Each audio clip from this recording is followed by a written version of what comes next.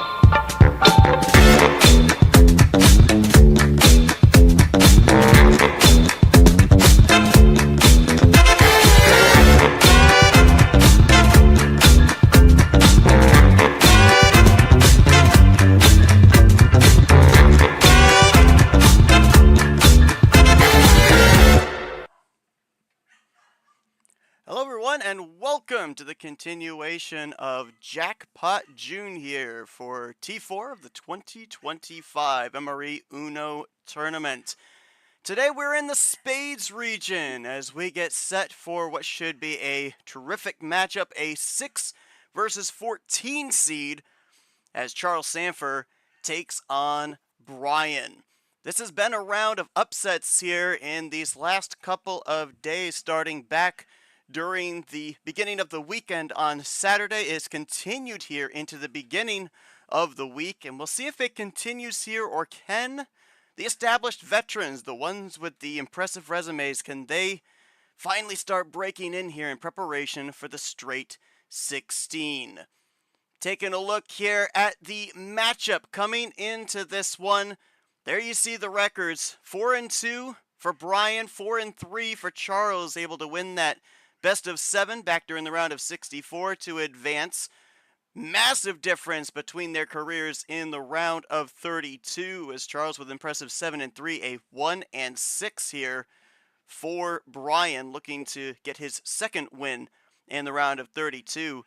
As you see for Charles, twice runner-up here in tournament play. CPU predicts a favorite, the higher seed over the lower seed, but we're coming off an incredible matchup that began the day where we ended up seeing a high-seeded upset in the 11 o'clock stream, which you can see on this channel. As we take a look at the bracket, we had another upset that was last Saturday where the 7-seed Nam was able to defeat the 2-seed on a bye in Yepes. Nam moving on, and he will face the winner of this matchup between Bryan and Sandfer here in the straight 16. And this is a second of 3 streams that we're going to have here today, as later on this evening at 7 o'clock we remain in the Spades region with Varigold taking on James Ellison, a 4 versus 12 seed. Later on tonight, non-streamed game at 9 p.m. in the club's region, as Bad Brad, number 2 seed coming off a bye, will be taking on number 7 seed Stingray. We bring you down to the table as we're going to be a little bit expedited here today. Not a lot of wiggle room to be able to work with a little bit of a late start here. But I'm Seth Cole. I've got Tapir joining me here on commentary. We got KT as our referee here in this afternoon's game. And Tapir, I mean, you kind of look at this one here. I mentioned about the fact that we've had quite a number of upsets here so far in this round of 32. But Charles Sandfer, maybe one of the best in the business. He's got several different reads, with Bryan being able to advance pretty handily there in that 4-2 victory in the round of 64. We talk about a lot of these underdogs, if you will, in terms of the ranking of the tiers here, and in terms of their seeding. But a lot of times these higher seeders, they say, I can't take this guy lightly, because we always talk about how the experience gap is definitely narrowed here in Division 1. Yes, thank you so much for having me today.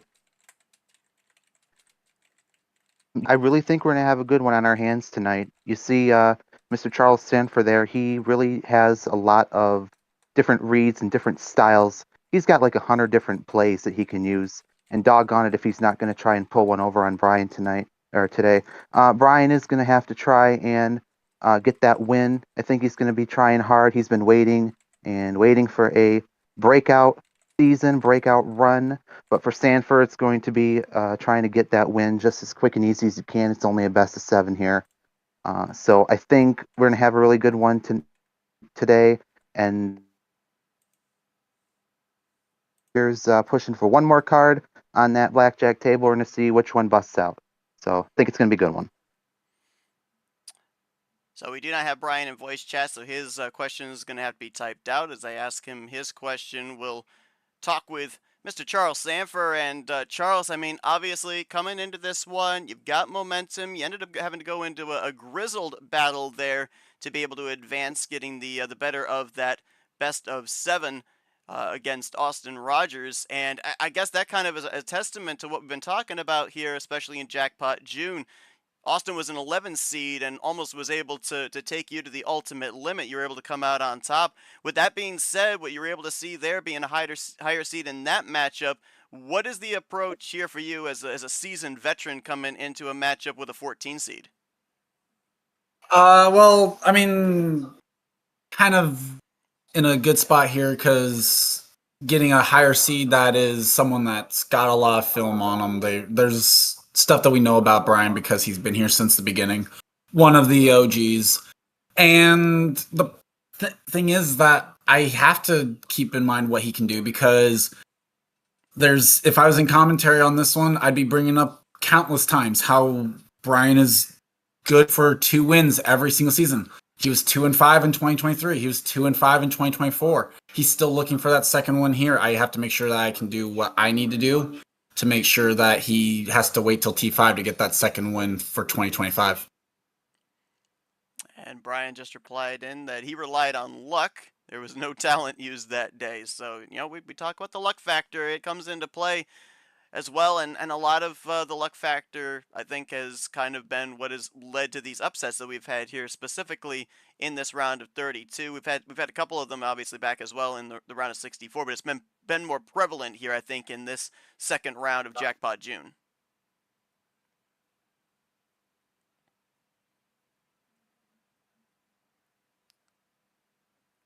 All right. That question to me or to Disappear? That was actually Disappear. Oh, sorry, read it again. Oh, I was just saying that as going off of what Bryan was saying, they're relying on luck.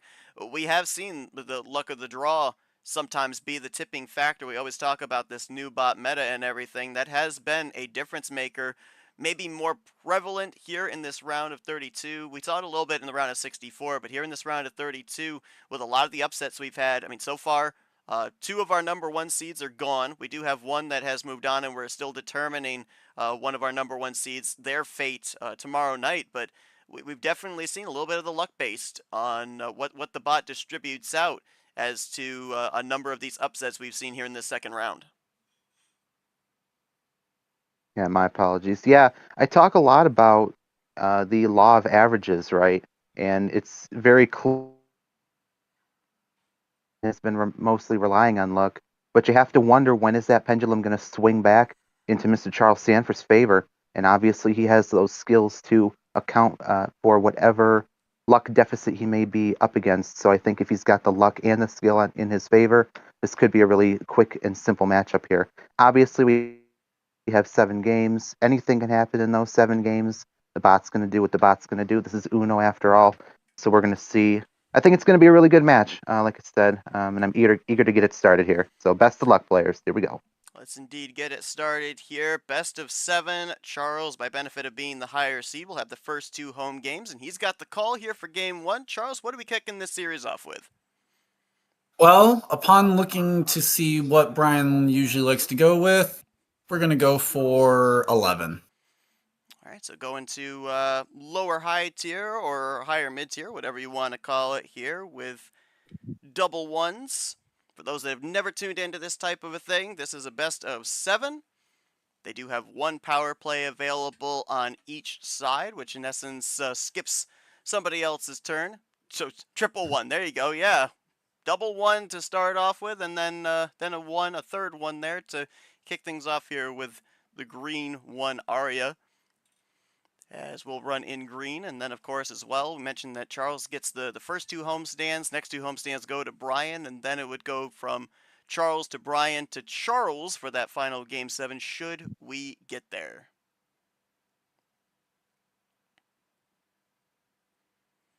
I have absolutely no doubt that we are going to get there because obviously these two players, they've been around the block.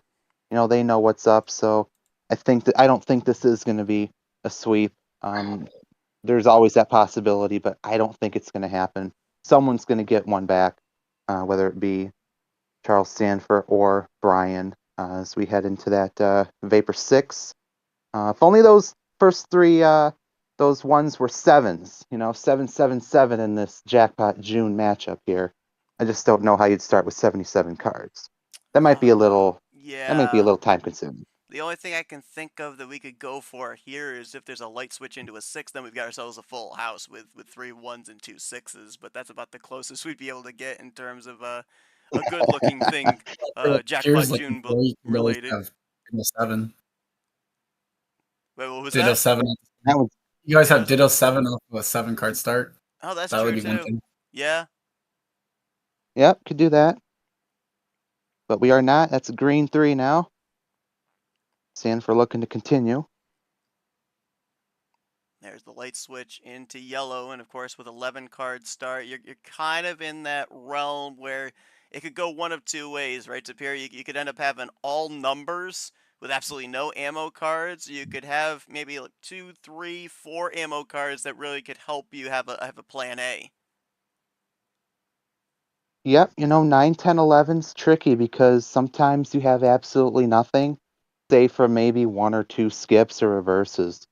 Other times you'll have maybe 3 wilds or 2 wilds and 2 wilds and a wild +4. So either way, it can go multiple different ways here. We got one of those 7 here shortly.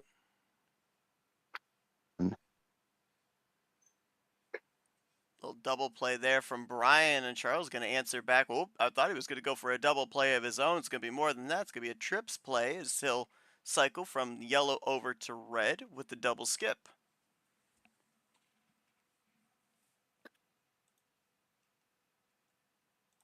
A little bit of a reverse stoplight progression there from green to red 4. Looks vaguely familiar, not sure why. Anyway.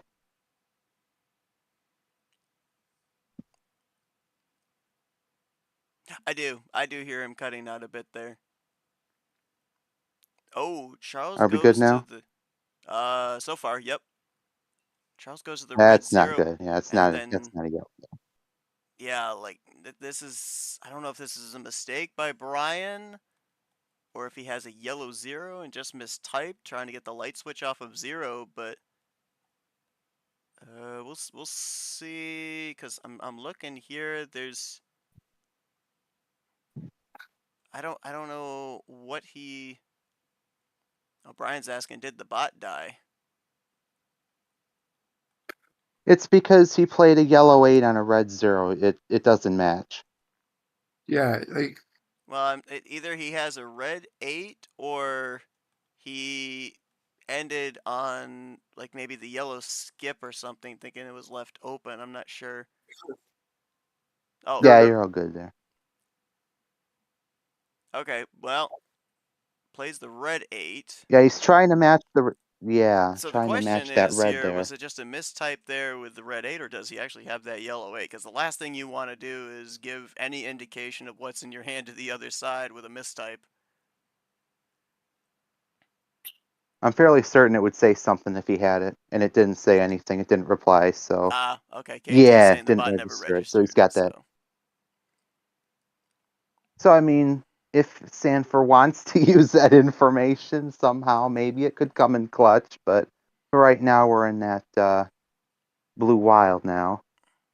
Keep an Bryan eye looking here. for something. Yeah, getting over to blue there with 3 cards left. So if you're Bryan, I don't know, this might be a time if you have any ammo to draw Sandfer back, you might want to consider it because Charles has used the wild to establish the color he wants, could easily have a finish, and there's the answer right there. Trips play, most importantly, That that is +2 triple. gonna now go down to 2.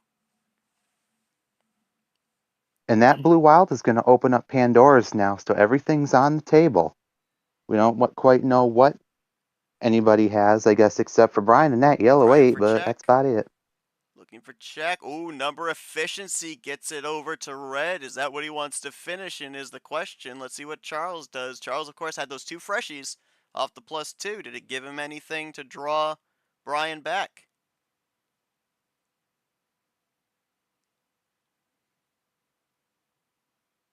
Now, if I'm Sandfer, I'm thinking this is my last chance to do something. We'll see if that actually comes to fruition here very shortly. Oh, he's gonna Goes back to blue. back to Very blue. good Look at ISO there. that. Does Bryan Now, is have a that a fade from wild? Bryan, maybe? I don't know. Maybe a +4 to end it. Iced. Great play from Very Charles. good play. Bravo. And that's what we were saying, right? He's going to go Indeed. from 1,000 different angles. And now Charles is at check. Bryan How with the no answer turntables very back. quickly. Oh, hold it. Blue 1. Charles Now iced. Stanford's out. Wow. Oh, my I goodness. thought it was a twofold with that blue wild. I thought it was not only to ice Bryan out, but also to finish out in blue, but apparently did not have the blue at the end, and now we're going to go into a draw city after both were down to check. Quite literally down to the wire, and then it just went right back up. That's Uno for you, right, Seth? We were Yes, it talking about is. that in our post-pre-game comments. So now it's a matter of who can get the top deck here.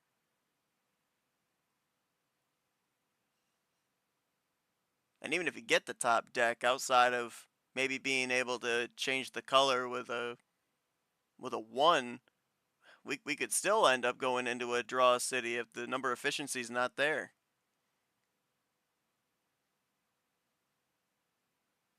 There's the +4. Wow.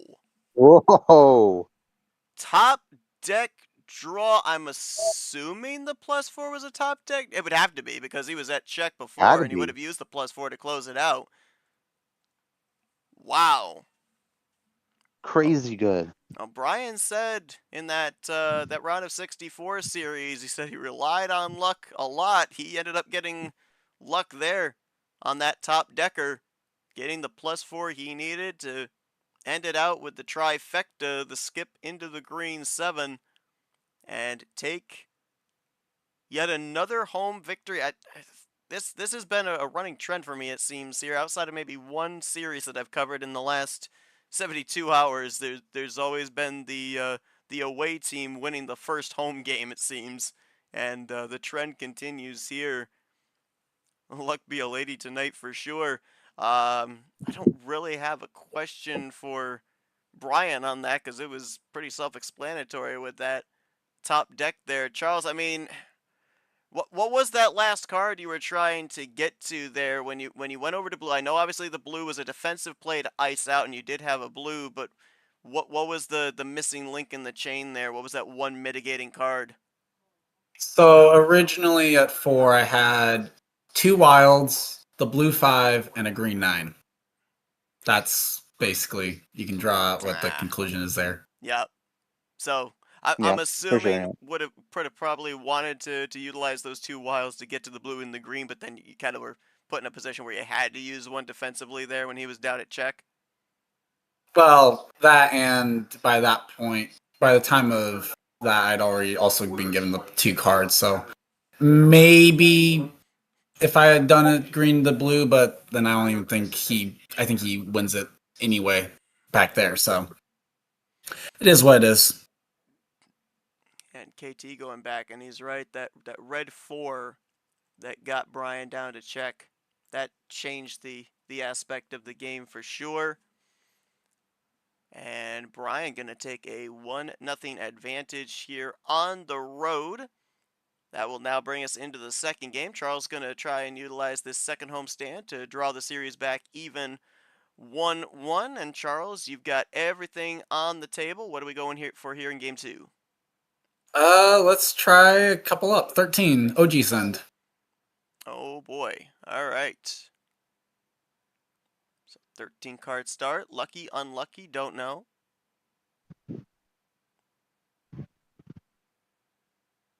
And we'll kick things off here Does with Lady the blue one. does Lady Luck take kindly to gangstas? Is the question. I guess it depends, right? It depends on how much you trust your crew. Because there's a little too much backstabbing goes on in gangs.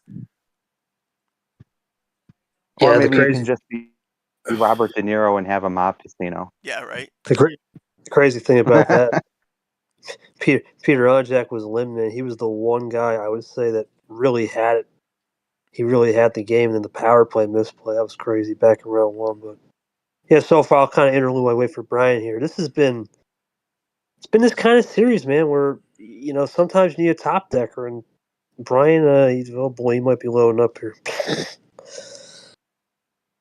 hold. Boy, right out of the gate here too. If he ends up loading up, question is how much ammo gets used? How much does he have to call back on for later on in the game? We'll see what he utilizes here. All right, so a trips play into the green.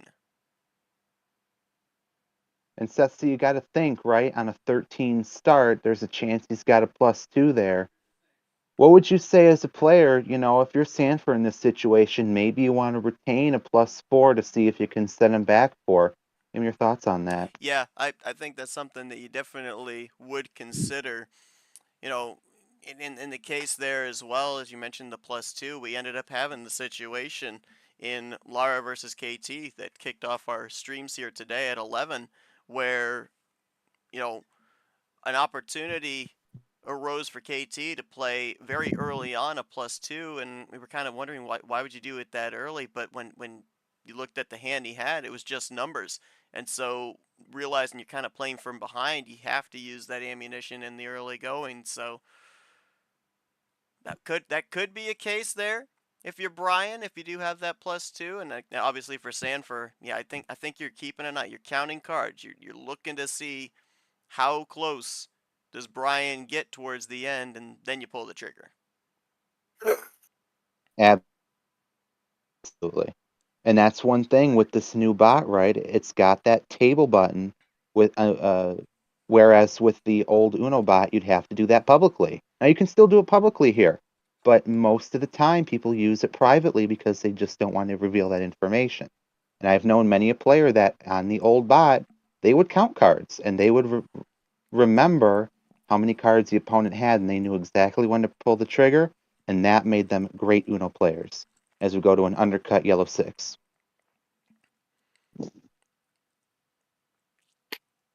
Yeah, so Bryan iced out on red. Bear that in mind for later on here in this game. And yeah, to your point, there's just so many, I guess I'll call, well, they're tools, but I'll call them toys as well, that you can utilize here. You mentioned about the being able to check the table without doing it publicly. The card history, we've seen so many times late in games with massive draw cities and only a few cards left in the deck. We've seen that come into play in crucial games. There's just so many facets now that in some ways it's obviously a help, but in other ways, for those that aren't necessarily used to it, it's a bit of a distraction where you don't necessarily think about it, and then it's like all of a sudden, oh wait, I do have this to be able to adhere to. Let me utilize this in my gameplay. It did take me quite a while to get used to that because obviously with UUL sister partner Uno League there, we use the old bot, and so we're still on that antiquated memory of who's got what, and then to accompany that, having to keep track of wilds, perhaps +2s, skips and reverses, not so much, but it's interesting there. to have to be able to memorize those. Here, not so much. You're more concerned with other tactics now that those tools have been opened up for you. I As we think go this into is a that 7 finish. deuce I combo was here gonna in say, Jackpot it was taking June. so long with Oh, down to 3 and that 2 one there. I figured this was gonna be a finish here by Bryan, and indeed it is. Another +4 to close it out, and he very trips it true. with the +2 and then ends with the wild. The ammo certainly has seemed to be somewhat one-sided here in the early going. Is Bryan gonna take a 2-0 advantage?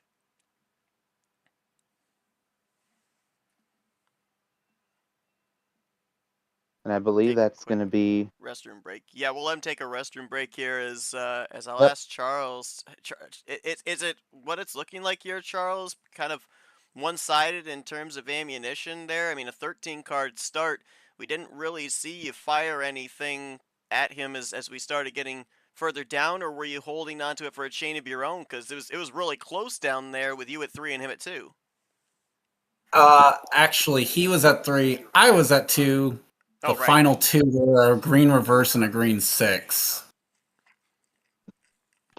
I was 1 turn away. Ah, That's pretty incredible, man. Like I said, we talked about it set earlier 12 myself. number cards out of 13. Yeah, How? yeah, this happened to me earlier. yeah, Same it thing happened to happened KG. to me. Yeah.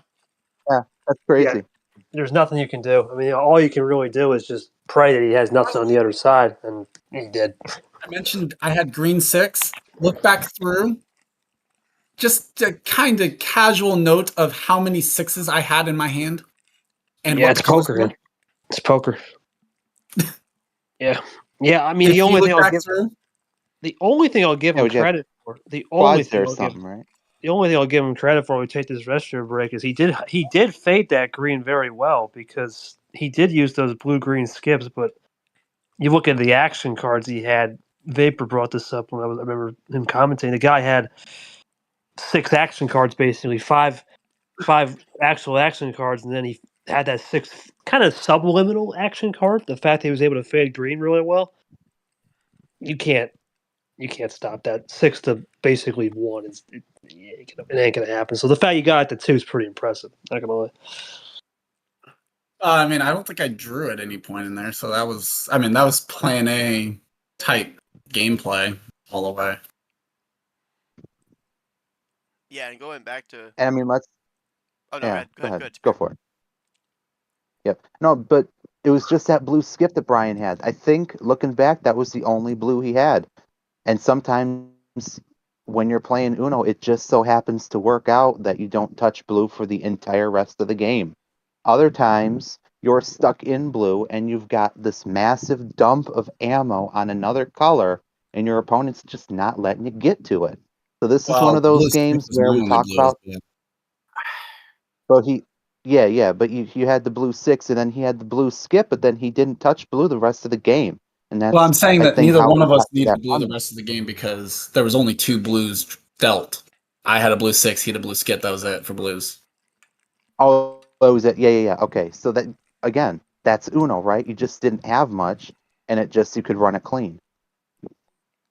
It's interesting too, and KT and I have run into this so often when we've done streams together, broadcasted games and series together. Is we'll kind of look at the statistics, we'll look at past history, all that kind of stuff, and then we play the series, and everything that we've talked about pregame, none of it happens during the course of that series. It's interesting here that there actually is a bit of a trend setting if you go back to the Lara KT matchup earlier today. This is looking very uncannily similar in many regards. I mean, right there with Charles having 12 numbers in a 13 card start, very similar to what KT had to deal with in his series earlier today.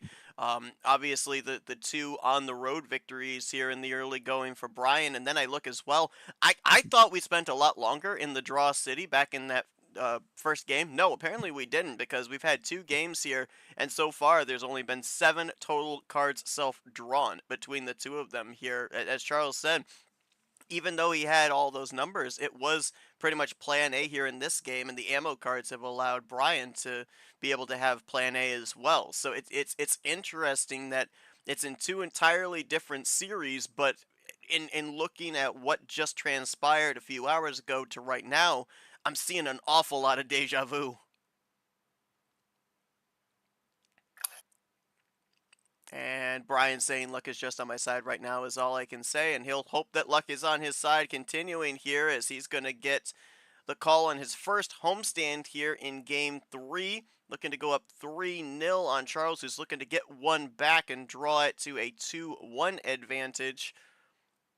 Let's see what we end up getting here for the call here for the first homestand for Bryan. Important to note that Bryan took away Sandfer's 2 homestands, so it could be that it just goes back in the other way in Sandfer's favor to where he gets Bryan's homestands and ties it up 2-2 to make it effective best of 3. So if we're We'll see. continuing earlier today's trend, then Charles wins this game. that's basically how it went. It was 3 straight games that were won on the road in the earlier series. So that would make it 2-1, which, Seth, we talk about a lot. 2-1 is a lot better than 3-0, especially yes. in a best of 7 scenario. Absolutely, You and do not want to especially be with the down fact that 3 both on a right best of now, 7. especially with right now, obviously it could change by the end of this game, but both still have the power play available as well. Yeah. I mean, just take a look at that. You down 3-0, and the other player still got that power play.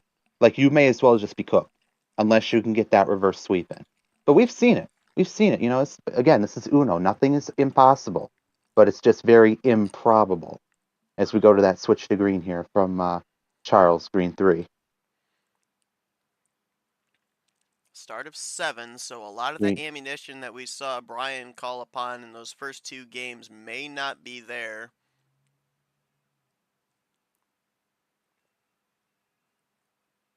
Bryan playing his own card right there with the green 9.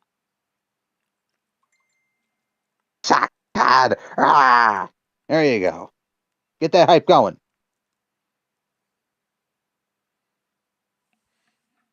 Sandfer looking for something now. Going to be his turn to respond. He's down just by 1, but this is only a 7-card start, so anything can happen on an OG, right? We'll see. Yeah, certainly can. I mean, a lot of times you talk about the probability percentages. Usually, as Charles with looks like, was that a self ditto? Yeah, that was a self ditto. Had double green 3s in his hand there.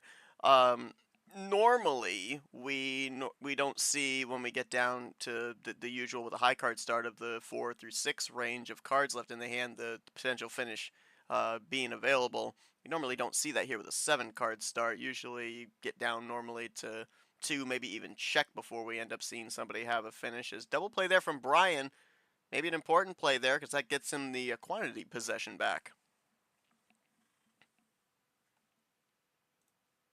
He's going to try and have to retain that.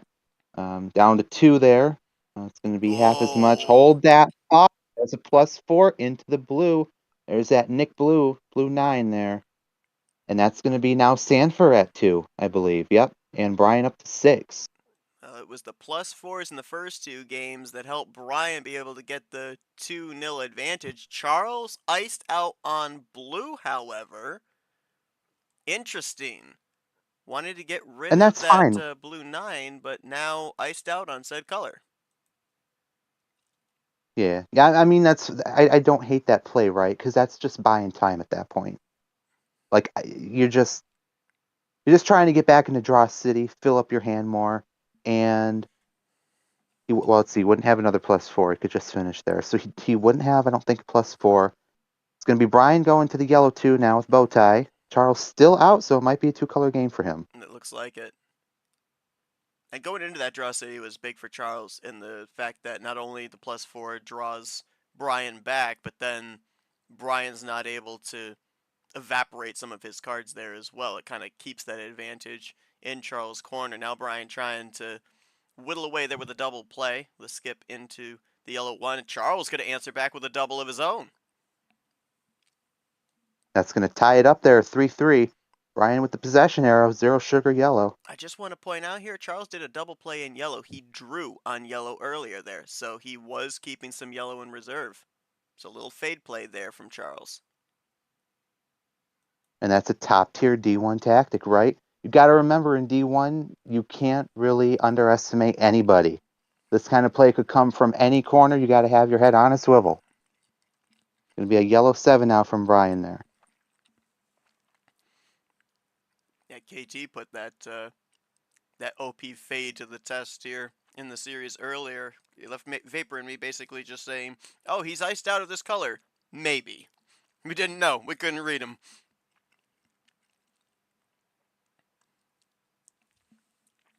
Charles initiates the light switch over to red. So now we're into that 2-color hand. He finds the chink in the armor there for Bryan, iced out on red. Now Charles can run. Now we don't know what exactly he got during that little bit of a draw city, but one would assume that a majority of it would be in the red and the green. We'll see how long he can run in the red for. Does Bryan find a way to get it off of one of those 2 colors? Bryan loading up here. If his luck keeps up, this could be a quad to the finish. Let's see. That's 2 of those. Oh, boy. Got a red reverse. This could be game. It has been top deck heaven for Bryan here in this series so far. Does he hit it again? No. Ices out on red, but leaves it open on the reverse, plus hits Charles with an extra 2 cards, bringing him away from a possible check. Upon looking back, I'll bet he had that +2 and didn't want to leave the door open because he drew once, and then he played 2 and drew again. So I think he had that +2, didn't want to leave that door open in case he got hit with a +4. That's my best guess. Charles, I believe, should be able to continue to run in red, and he will. He'll do a double there with the skip to the 7. Brings himself back down to 2, so pretty much negates that +2 that was hit. He was hit with by Bryan. Bryan's still iced out on red. Now does Charles find the number efficiency here? Does he still have red, or does he maybe try and get a light switch into green? He's iced out as well. We've not hit green, I don't think, this entire game so far as I'm looking back. That's the Pandora's box. And I think for the case of Charles, he wants to get there. I don't know if Bryan wants to get there or not. I think he more than likely wants to maybe get there, but he doesn't want to open the door up for Charles either. He wants Charles to initiate it. Upon looking back, we did actually have a stint in green, but it was Okay. Charles that switched off into blue with the wild +4 into the blue 9. So we could see a switch back into green. Obviously, we've been doing a lot of drawing here, and just with that probability, you would think that someone's got green here. So we might have to go back into it if they're looking for that win. Still not getting much off the top deck. Still in the draws here. Bryan apparently getting fed up with it. I mean, I had to open my big mouth and say that we only had, what, before this game, 7 self-draws, and now we've been to Draw City 3 times in this game, so there's the commentator's That's curse for you, I fine. guess. The commentators are just, loaded with ESP, obviously. They can do the one time and stuff like that with no problem, right? Obviously. But it does look like Bryan got that top deck. We're going to need a top deck for you eventually, Charles. Absolutely. Bryan's setting up his own number efficiency here, switching to blue. That should give an out for Charles. It does with the Brad deuce. Hey, you could try maybe pulling a casino trick of marking the cards, but I think KT probably would have the bouncer throw you out in that case. Yeah. Who would be his bouncer? Who's KT's bouncer? Is Peter? Just get you out of there? I don't know. Maybe Brad? Get thrown Brad out by the somebody bouncer? called Bad Brad? I mean, that just sounds like a bouncer name to me. Stand there at the entrance, arms crossed, Bad Brad on the name tag. I don't know. KT says art. You just get Bad Brad and Sean Hart together, it's Oh, game over. gosh. Ain't nobody going to be messing around in that casino.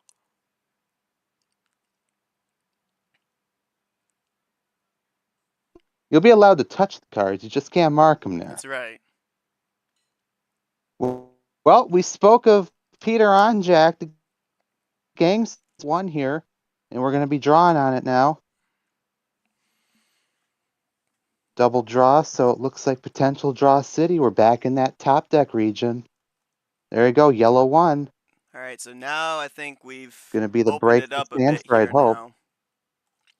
Going into yellow. I think we're going to run in yellow for quite a bit. We were out in red. We were out in blue.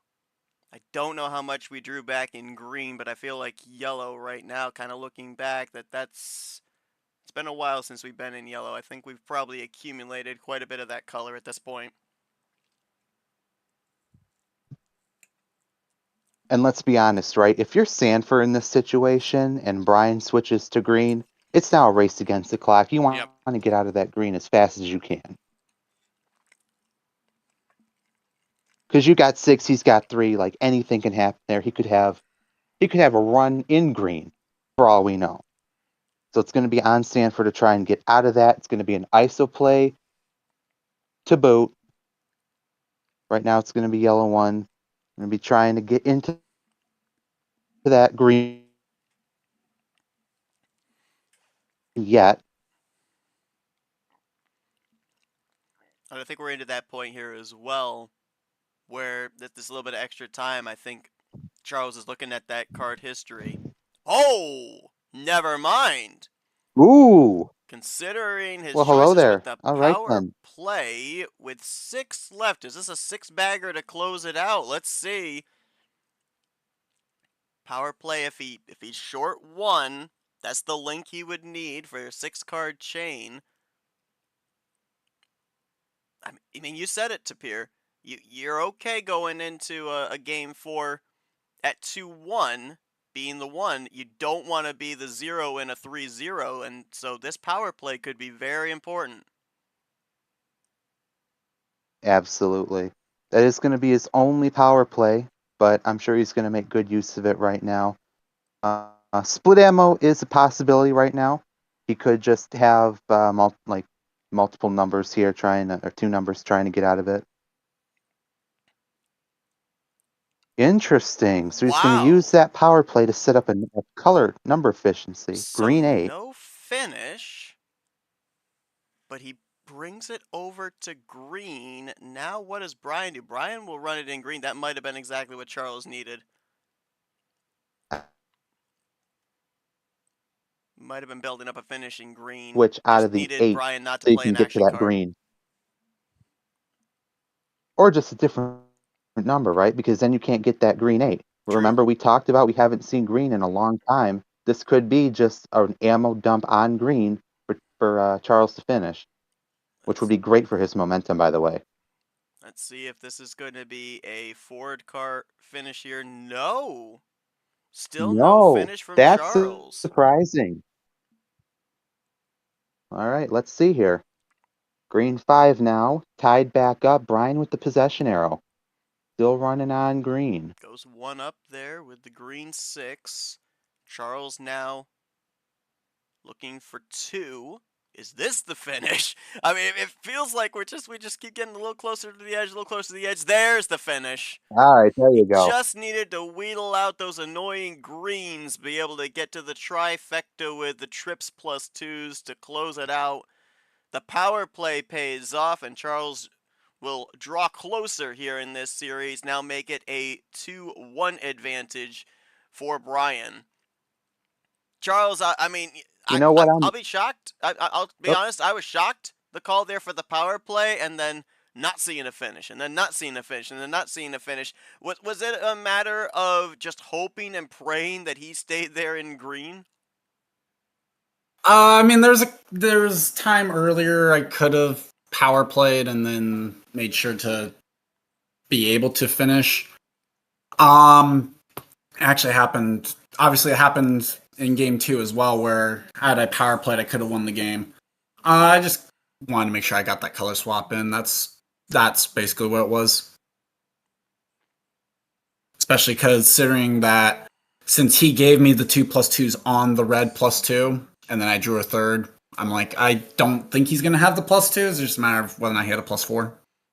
Wow, so in control of the +2s. And then, with the power play there, Tapir brought it up, not wanting to go into a game 4 down 3-0, an important game for you to win. Was that, we see a lot of times people will say, hey, I want to hold on to that power play regardless of what the situation is for a game 4, for a game 5. Was this a case where you kind of had at the forefront of your mind this being a must-win situation type game, and that's why we saw the power play used as early as we did?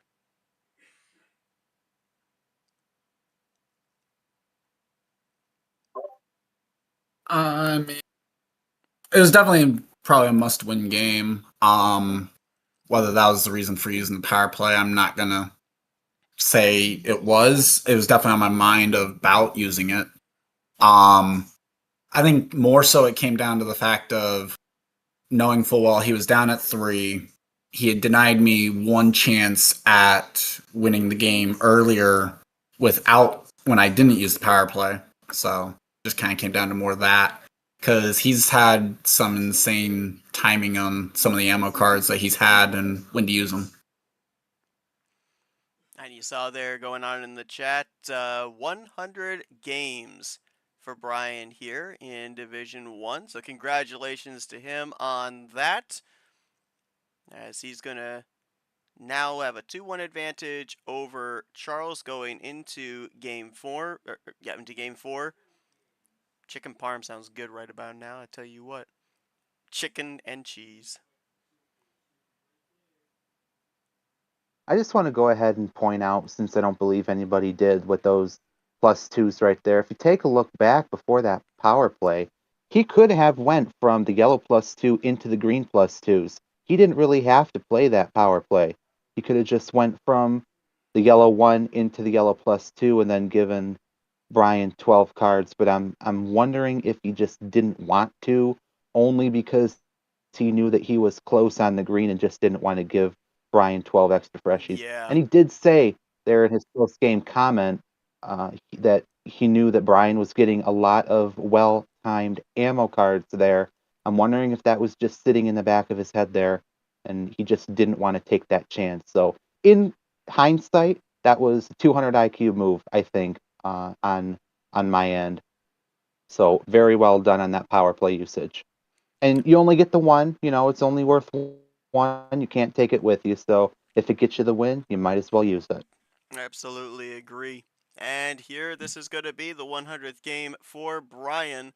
And he is going to kick it off with 10 cards. He's already made the call.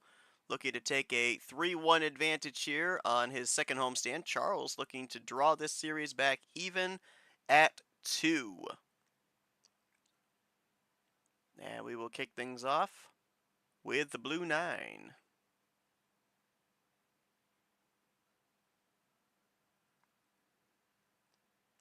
That third game, our longest of the series so far, as we were into not 1, not 2, but 3 draw cities. Maybe the first game we've had so far in this series where there was not a plan A.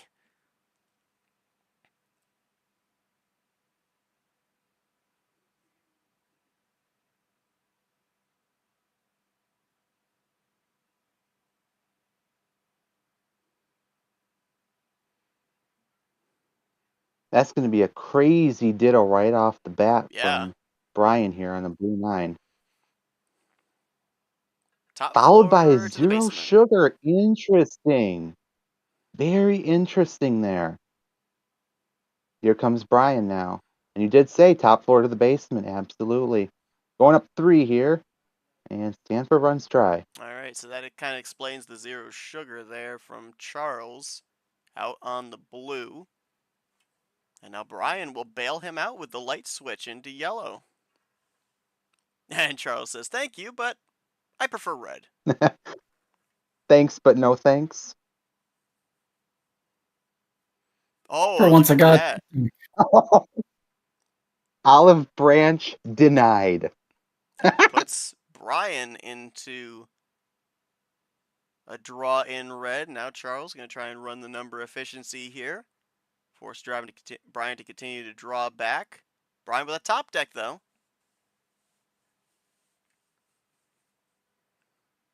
Bryan not really getting that yellow, but he's fine with the red here. I'm wondering if we're going to see yellow pop up later in the series then. I don't think this is going to be another situation earlier when we had just no green anywhere to be found. And then all of a sudden it just reappeared there. I'm wondering if that's what's going to happen here. Hey, you know, if given the opportunity, Bryan will probably try and get back to that yellow, as you said, after he did the light switch off of the blue to the yellow. Charles now, let's see if he's still got more red in reserve. He does, but instead he's actually going to bring it over to yellow himself. Or is he? Do we stay in yellow is the question. Yep, he'll cap it off there after a stacked +2. And kind of smart there on Charles' part because, you know, we bring it over to yellow, which is what Bryan wanted to do, but now he's given him 6 extra cards. So now Charles is comfortable going into that color because he's got the card advantage. He does. And I wonder if now that he's got those extra 6 cards, Bryan might be a little more comfortable running down the yellow because he originally needed that. So I'm wondering if Sandfer, well, wow. spoke too soon. It's going to be Bryan switching back to red and iced Sandfer out. Wow. So Ooh, literally crazy. reverse what we just had earlier where Bryan was iced out when Charles made the swap from yellow to red. Now Bryan does the exact same thing.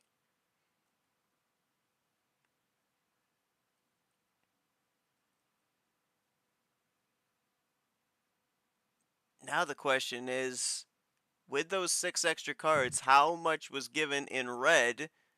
Does Bryan continue in said color, or does he maybe go to a different color? Now, was this maybe the only red he got? Does he have more? We'll see. Oh, looks like he got more. He'll bring it over to green. First time we hit green here in this game, and he'll hit Charles with a +2 along with the double skip. Yep. Sandfer now with +2.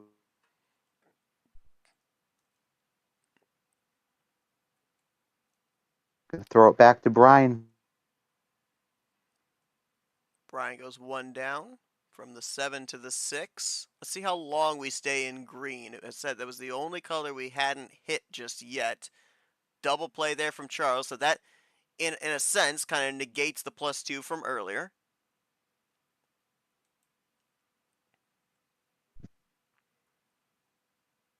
Now a little rapid Green fire 3 going from on Bryan. here. Self ditto from Charles there. A little bit of a ditto sandwich. Ooh, Bryan got Switching back to to the yellow yellow. he wanted.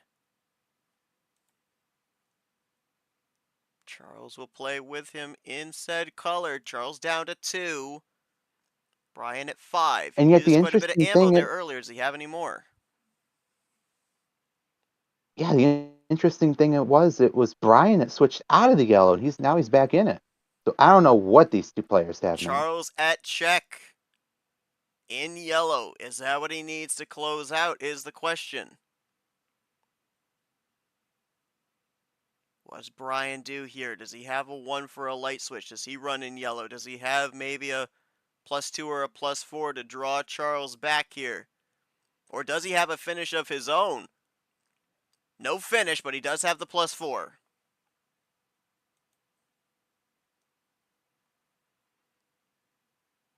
Just like that, he's now down to 2. Sandfer back up to 5. Now 4. Bryan looking for check. Bryan with that power play though could potentially be maybe a double number setup here, perhaps. Maybe he needed a 5. Now he can't play it. We'll see. Oh, doesn't even need momentarily. it. Doesn't even Well, there you need it. go. Had 2 +4s and 2 yellows for his final 4 cards there. Yellow 3, yellow 5, and 2 +4s. Nothing that you can do against that when it comes down to the very end of a game. And Bryan on his homestand, first home win here of this series, now takes a 3-1 advantage heading into a potential series winning game 5 if he's able to close out the deal there. I mean, Charles, like I said, there's just nothing you can do in that situation when you've got 50% of his final 4 cards as the plus 4s. Yeah, I didn't have anything in my hand to really be able to combat split ammo. Not when it would have mattered most. I also didn't really have much choice most of the game in terms of like Shurikus drawn, but we've also seen times where playing passively hasn't really played out well. So We saw you get down to check there and he hit you with the plus 4. Did you have the card to finish it out at that point? if he drew. If he drew, okay. And that kind of goes back to Pierre to, obviously great use of the power play back in game 3, but sure Charles would have loved to have been able to call upon that here at the close of game 4 as well. Would have negated that plus 4 being played on him when he was down to check. Absolutely, yeah. Yeah, power play is all a matter of timing.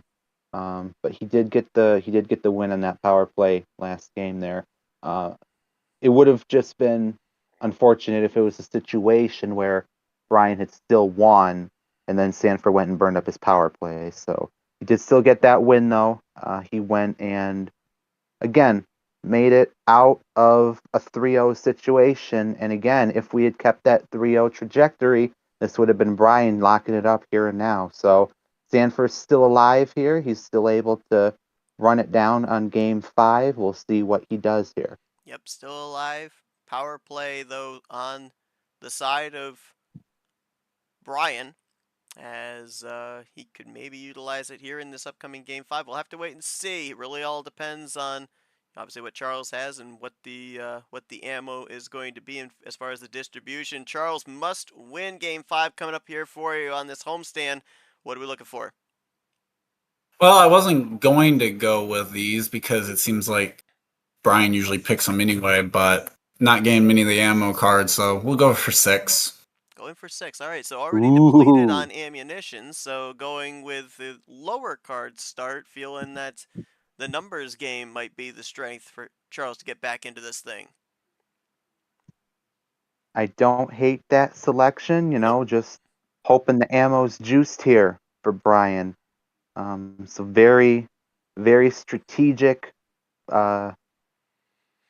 choice here on a 6. Starting off with the reverse here. Sandfer able to maybe use run here, but he doesn't. He goes to the yellow 5. Bryan follows with 0 sugar. Gonna go back to Sandfer now. Charles with a double play. And Bryan iced Just out. like that. Wondered about that 0 sugar if he was going to be iced. They're both iced. Yep. I was wondering if he was going to use that to his advantage, but it doesn't look like it. Just like that, Sandfer slices his cards in half, but he's filling back up now. I believe he's up to 5 now. Bryan did get a top deck, but we're still into Draw City here. We'll see what happens. Bryan with the top deck there. Charles still, though, has the 1 card advantage, even if he draws back here on this play. And Seth, I think, let's be honest, even if you're... Yep, go for it. I was just going to say, both just trying to find some ammo cards here on this drawback, I would assume. Yeah, that's why I think you kind of play... You're saving it. There's no reason... Doom both play have air right here. Bryan now with the green 2 here. Gives Charles a... But I think if you draw that +4, you're banking it until later. Yes. Unless you're maybe down to a situation where your opponent's at check. That would be the only reason I would say to use it. At least that's how I play. I mean, I'm not... A lot of times in like D2, we would see newer players use that ammo because it burns a hole in their pocket, but a lot of the more experienced veterans know to save that ammo because they know they can't rush a win, and use that just to the best of their advantage there. As we go into that red now, red 4, strangely familiar red 4, not sure why. I'd It's be a going to be little Sandfer worried here here now with the with Charles response. initiating the color swap over to red. He left it. He allowed Bryan that path over, and Bryan's iced out. Okay, I was gonna say we were getting down there to where Bryan could maybe think about the power play if he had the 2 cards to finish it out. Does not, however. So this actually does work out for Charles, as he'll now try and draw it back even here. He's actually going to take the advantage with Bryan drawing. Oh, he's a check. Is this number Ooh, efficiency? Is this number? Have we been? I don't think that we've been could in be blue. big. I don't think we've been in blue. Is it a blue 9? Draws out. Is We it a have blue not been 9 in to blue. That close is it? correct. Did the number efficiency work? What the heck? That's a KT call I've ever heard one. Oh, That's a KT call. Because this is a blue. He goes, "This is a blue Solid. 9." I'm like, how? What? Look, I'm telling you, okay. I don't retain much, but you do enough of these games, you kind of start to figure a little bit of something out here. Sometimes the reads are there. By the way, I'm playing the wrong game today. At one point, this was my hand. I'm playing the wrong game today. Oh wow, Oh my gosh. That was, but that's that's an all perfect for in. Jackpot Push all June. the Like, chips to the center of the table. absolutely, you're getting paid 20 to 1 there. That's crazy. And mind you, I won from that. Well, I mean, Charles, obviously, Tapir was saying he didn't disagree, and I completely was on board with that too. You're kind of low on ammunition here, so taking away that aspect with the lower card start, as we see, you clearly had the poker hand there. Obviously, it worked out in your favor there, but it also looked as kind of looking back here again, not much in ammunition even with the low card start. So playing to the strengths, kind of reading the field there, working out in your favor to draw this back 3-2. Oh yeah. I wasn't doing that play to actually try and get a god tier hand. I was more just trying to mitigate how many action cards Bryan could really get, and it definitely looked like it paid off. Bottom one. Definitely did, and kind of ironic there too with Charles ending on the 9, because if you can see in our watch party, he's got a certain Daniel Suarez number 9 that went to victory lane at Mexico City in the Xfinity Series. So there you go. That kind of seems apropos. That ends on a 9 there. Looks like Bryan is already saying here on his final homestand that he's wanting to go with 11. Gonna go back up there to that upper mid, lower high tier here. Oh, Even Dozen's going to be We're going threading with the that dozen. All needle right. between 11 and 13. Threading that needle here, and obviously we're staying in that mid-tier package, right?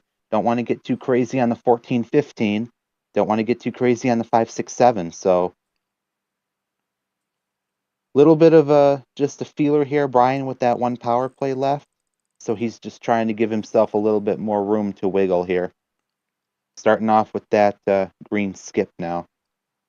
Green skip with Lara, who Yep, you're advanced good. into the round of 16 earlier on today, and kind of just like looking ahead potentially here to Pierre. Let's say Charles is able to pick up this victory here on an 11 card start. We saw it worked out for him with the low ammunition on a 6 card start. Do we end up seeing Charles, if we go to a game 7, getting that final call in the homestand? Does he go back to lower tier again? That'll be interesting to see, especially with how this hand plays out. Yeah, I think you mentioned there with the important part with that power play.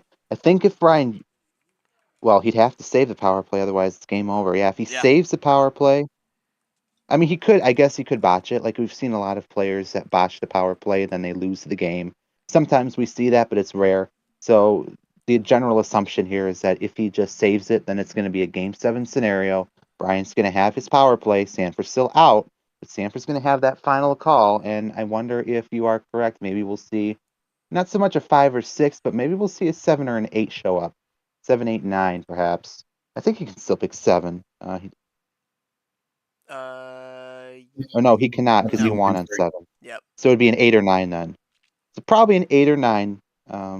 I would guess there. Of course, time will tell.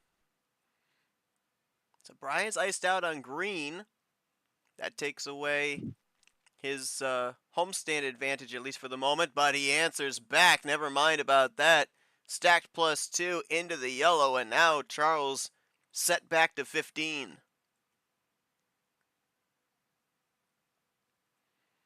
He's got the power play available, but what do you think? A little too early to be firing that ammunition, especially with the fact you're up 3-2, instead of holding on to it here for a little bit later, unless that was maybe his last green. We'll see. We'll see. I wonder if it's just Bryan trying to buy some time here. Bryan buying time. Now Charles with 6 freshies. See what he does here. Is there an answer back? Does he maybe try?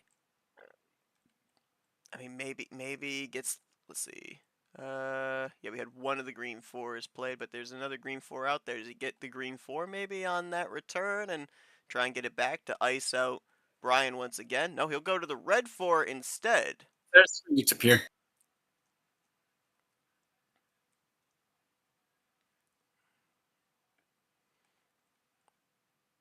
And now Bryan's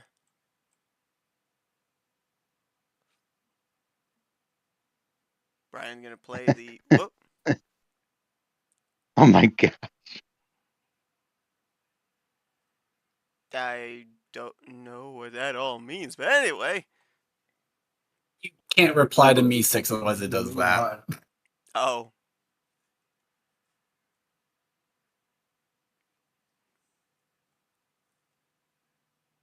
Ditto play there with the red 6 on Charles' own card. Oh my gosh. Me6 has a lot to say.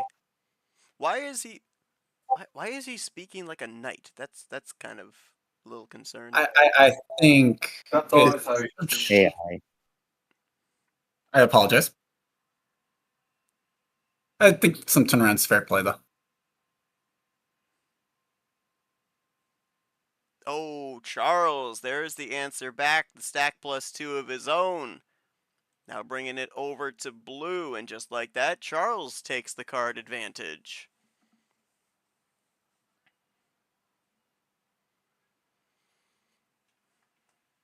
I mean, in this case, if you're Charles, you have to keep your foot on the gas. You don't have a power play. You've got to keep the aggression level going. You've got to keep Bryan on the back foot. Take away that power play from entering into this particular game.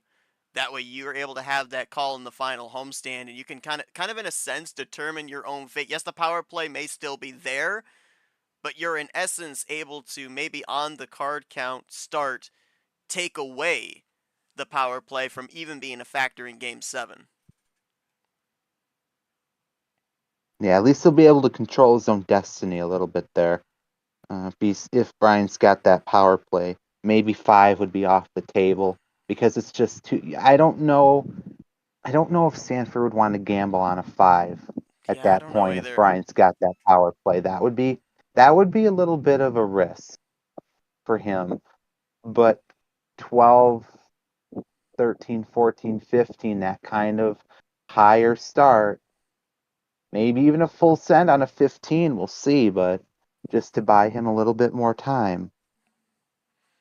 For right Bryan, now, though, he's going to go to that Gangsta 1, blue Yep. 1 there. Bryan Bryan drew it looking back for a even. response now. Charles goes 1 up. Ooh, Bryan gonna use a wild to get over to yellow. All right. You know that's it might have been solid. We'll see. We haven't seen yellow for quite some time. And we were only there Do for a we cup of coffee before an immediate light switch into red. Cup of coffee and a donut, perhaps. Maybe a quarter Both of the players. donut. It's like the Quarter Homer Simpson donut, donut, yeah. just the one bite and that's it. Seinfeld, George Costanza, the eclair on top. Yes. It's on top, right? Whoa! Whoa! Oh yeah, there you Whoa! go. That's a bagger. Look I at was wondering. that. I was wondering if he'd have that drop there. That's a +6. There you go. Yes, it And that is. is going to be, ladies +6. and gentlemen, we're going into Game 7. That is huge. I'd like to thank Bryan for that win. Yeah, because actually, wow, because looking at it, Charles did not have a path out. Well, okay, hold the phone. Well, half of his +6 was that gave stuff? me Okay. a +2 and both +4s. Because I was gonna say, I was looking at this. Even if the wild wasn't played, a wild +4 could have sent it over into. Oh yeah, even if he hadn't Yellow. wild, I was +4. Right. Right. So you had a path of a 6-bagger, regardless, really, of what he played outside of a +2 or a +4 of his own. So wow. Game 7 on tap. Power play still there for Bryan, but Charles can maybe negate that as he gets the final call here in a Game 7 homestand. I mean, you already talked about it, Charles, about getting those cards there on the +6 with the stacked +2s. With that being said, since you knew you had those cards, is that what kind of gave you the confidence to hit him back with the stacked +2, knowing that more than likely the law of averages was going to say that it wasn't going to be nearly as much ammunition you were distributing to him as he distributed to you? It was more so I was willing to save it, actually, kind of just is more right time and place. Had he not played a red, I could have easily just swapped to blue, and I was probably going to try and save the +2s for a 8-card ending run when I saw what I had. So it was more so that he played a red, so it forced the hand to do it. Well, we've been speculating. We've been trying to figure it out. We're not sure, but we're going to get the question answered right here, right now. Game 7, tied 3-3. You're down a power play to Bryan. However, you get the call here for this final homestand. What are we looking at here for the final game of the series? Yeah, you see, the bot throwing me 3 of those in the end is like Have we kind of warmed up to the bot? And 5 definitely came across my mind. We're gonna go for crazy 8s though. Going 8. Okay, so right around what you were thinking, Tapir, right in that mid-tier region. I kind of wondered about that. A little I bit wondered if low. Charles ended up winning this game 6, and if he ended up getting ammunition, was that going to maybe raise the start just a little bit? And obviously that's the case.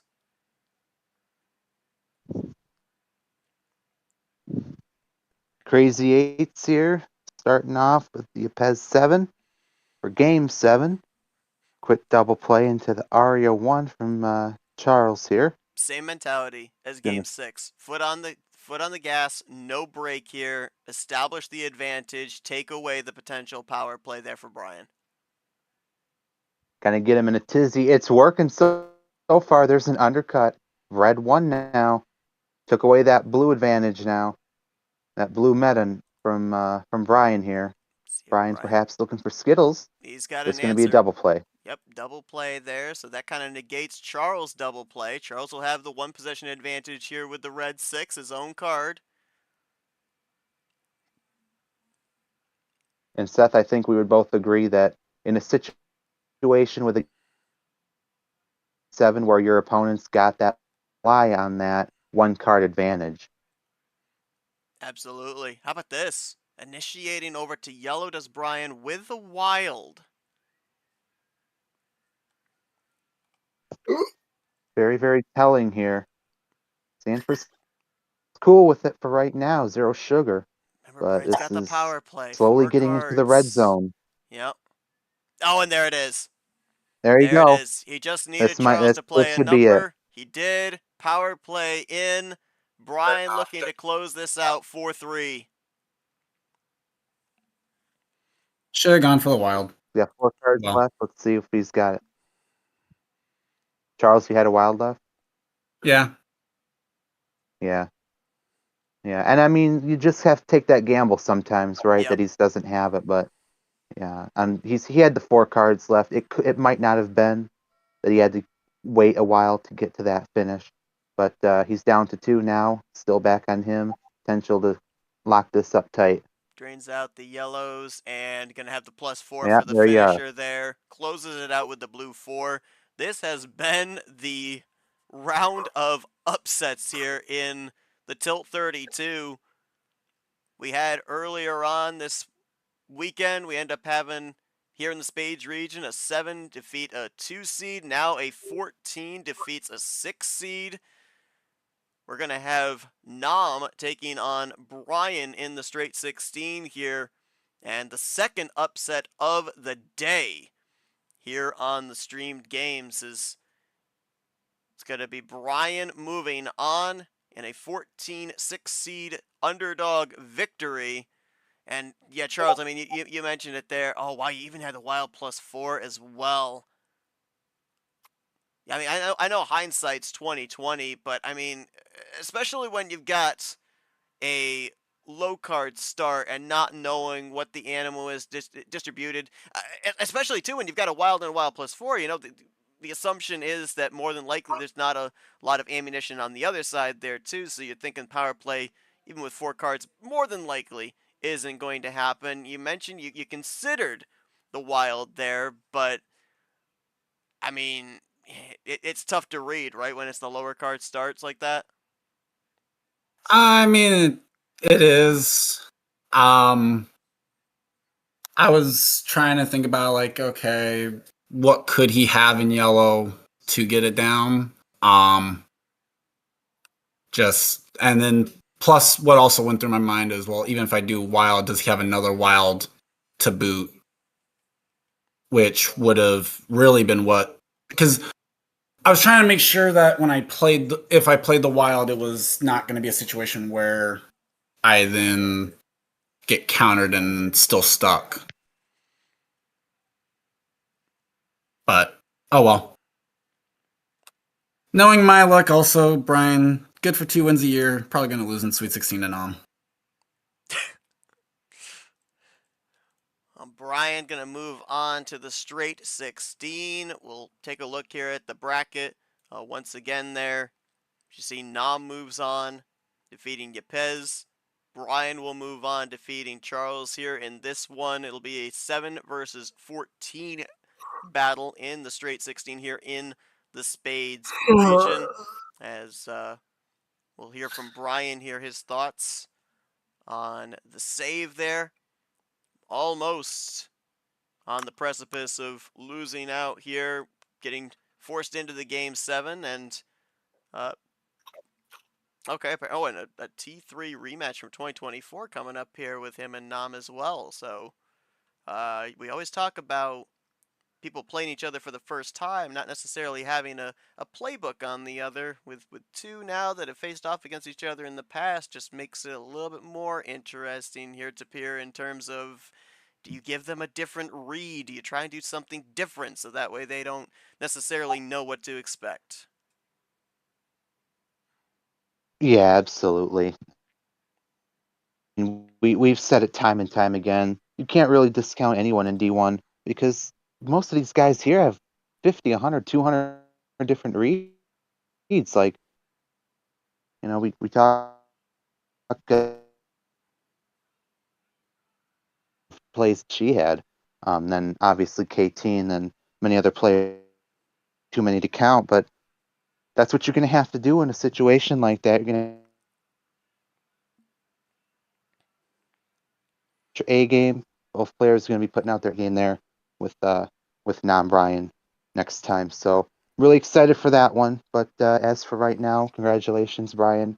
Tough luck, Sandfer. We're going to be looking forward to that redemption for you next time. But Yeah, this was a pretty good matchup. This was what I came to see. Really solid play from both players here. So really glad to see that today. Great matchup for sure. Another classic one drawn into a crucial Game 7.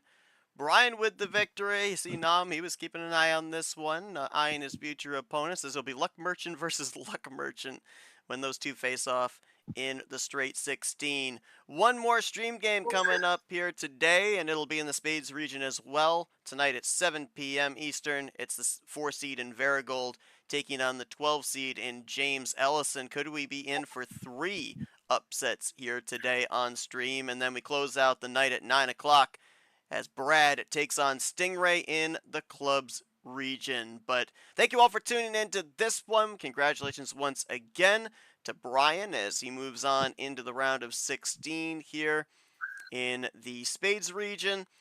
Thanks to KT for being our ref here today, to Pierre for joining me on commentary.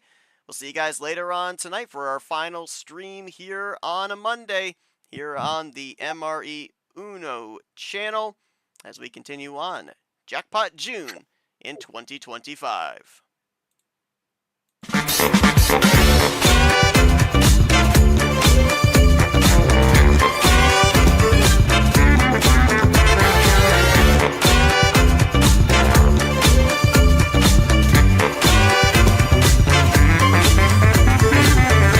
This has been a presentation of MRE UNO Division 1.